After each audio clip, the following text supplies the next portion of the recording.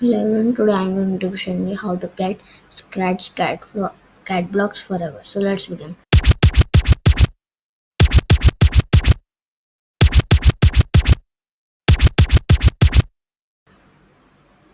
First, go to you can see if you can see this icon.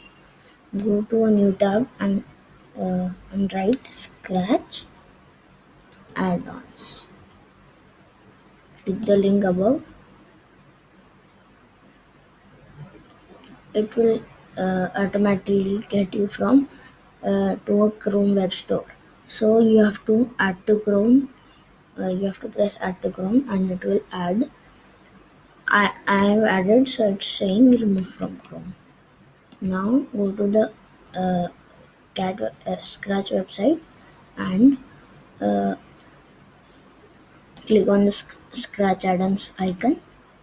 Click on add-ons and write cat blocks. It will appear here and you will untick the watch mouse cursor and tick the on the cat blocks. Now you have to refresh the page.